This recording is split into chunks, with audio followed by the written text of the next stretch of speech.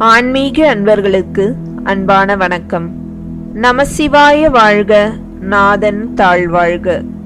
ஓம் நமோ நாராயணாய. இன்று மார்கழி 9ஆம் நாள். திருவெம்பாவை மற்றும் திருப்பாவையின் 9வது பாடலையும் அதற்கான விளக்கத்தையும் இந்த பதிவில் பார்ப்போம். பின்னை புதுமைக்கும் பேர்த்தும் அப்பெற்றியனே, உன்னை பிரானாகப் பெற்ற உன் சீரடியோம், உன்னடியார் தாழ்பணிவோம் ஆங்கவர்க்கே பாங்காவும். அன்னவரே எம் கணவராவார், அவர் உகந்து சொன்ன பரிசே தொழும்பாய் பணி செய்வோம்.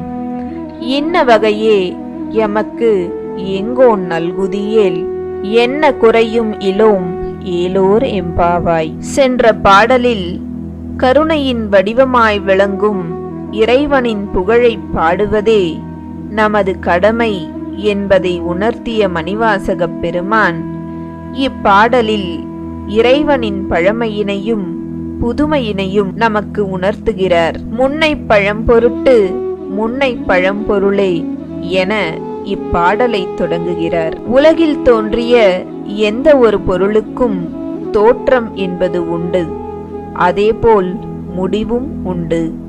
ஆனால் நம்மை படைத்த இறைவன் அவ்வாறு இல்லை. அவன் பிறப்பற்ற பிஞ்சகன், ஆதியும் அந்தமும் இல்லாத அரும்பெரும் சோதி. அவனுக்கு தொடக்கமோ முடிவோ இளமையோ முதுமையோ கிடையாது. எனவே அவன் பழமைகளுக்கெல்லாம் பழையவனாக உள்ளான். அதேபோல் அவனுக்கு மூப்பும் முதிர்வும் இல்லை. எனவே அவன் புதுமைக்கும் புதியவனாக உள்ளான். இதைத்தான் பின்னை புதுமைக்கும் பேர்த்தும் அப்பெற்றியனே என்கிறார் மணிவாசகப் பெருமான். அடுத்து, உன்னை பிரானாகப் பெற்ற உன் சீரடியும், உன்னடியார் தாழ்பணிவோம் ஆங்கவர்க்கே பாங்காவும். சிவசிந்தனை அற்றவர்களை நாங்கள் பணிய மாட்டோம். உன்னை உள்ளன்போடு போற்றி வணங்கும் அடியார்களையே நாங்கள் பணிவோம் என்று தங்கள் உள்ளத்தின் உறுதிப்பாட்டினை உணர்த்துகின்றனர் கன்னியர்கள். மேலும் நாங்கள் அவர்களுக்கே உரிமையுடையவர்கள் ஆவோம் என்கின்றனர். அடுத்து, அன்னவரே என் கணவராவார் என்ற தொடரின் மூலம் அவர்கள் உள்ளத்தின் உறுதிப்பாட்டினை நம்மால் அறிந்து கொள்ள முடிகிறது.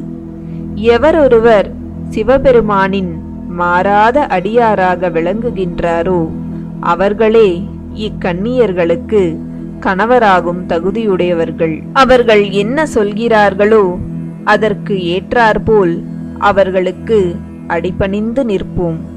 இவ்வாறு அமைந்தால் எங்களுக்கு எந்த குறையும் இல்லாமல் வாழ்வோம் என்று கூறி முடிக்கின்றனர் அக்கன்னியர்கள்.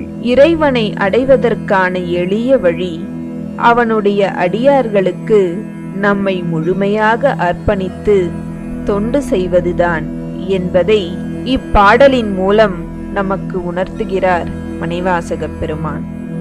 அடுத்து, திருப்பாவை பாசுரம் 9. தூமணி மாடத்து சுற்றும் விளக்கெரிய, தூபம் கமழ துயிலனை மேல் கண்வளரும், மாமன் மகளே மணிக்கதவம் தாழ்த்திரவாய், மாமீர் அவளை எழுப்பீரோ, உன் மகள்தான் ஊமையோ அன்றி செவிடோ அனந்தலோ, ஏமப் பெருந்துயில் மந்திரப்பட்டாளோ, மாமாயன் மாதவன் வைகுந்தன் என்றென்று நாமன் பலவும் நவின்றேலோர் எம்பாவாய்.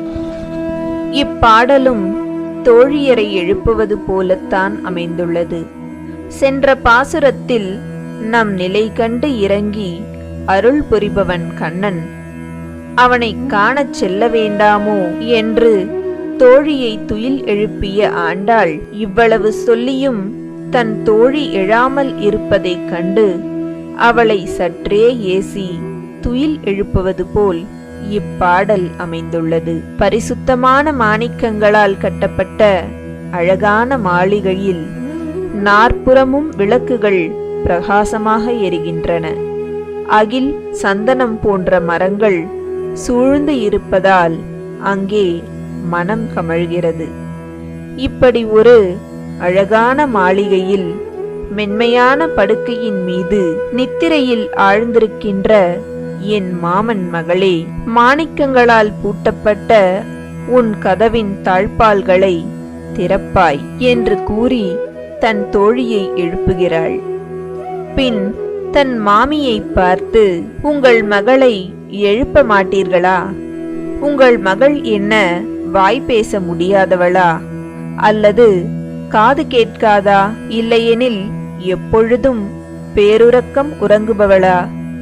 இல்லையென்றால் ஏதாவது மந்திரவாசத்தால் கட்டுண்டு இருக்கிறாளா என்று கேட்கிறாள். திருமகள் நாதனான அந்த மாதவன் பல்வேறு ஆச்சரிய செயல்களை புரிபவன். அவனை நாங்கள் மாயவனே மாதவனே திரு வைகுண்டநாதனே என்றெல்லாம் பலவாறாக சொல்லி துதித்து பாடிக்கொண்டிருக்கிறோம். இதனை இனியாவது உன் மகள் உணர்வாளா? பாவையே எழுந்து வா என்று தன் தோழியை துயில் எழுப்புகிறார் ஆண்டாள். உலக மக்கள் மாட மாளிகை, பஞ்சு மெத்தை என சொகுசு வாழ்க்கையில் சிக்கி சோம்பலில் கட்டுண்டு கிடக்கின்றனர். இதிலிருந்து அவர்களை மீட்டு பகவானின் இருப்பிடமான வைகுண்டமே நிலையானது என்பதை அறிவுறுத்த வேண்டும்.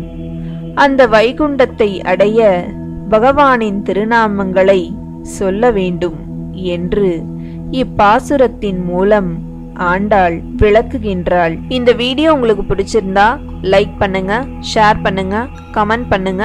மறக்காம நம்ம சேனலுக்கு சப்ஸ்கிரைப் பண்ணுங்க. நன்றி.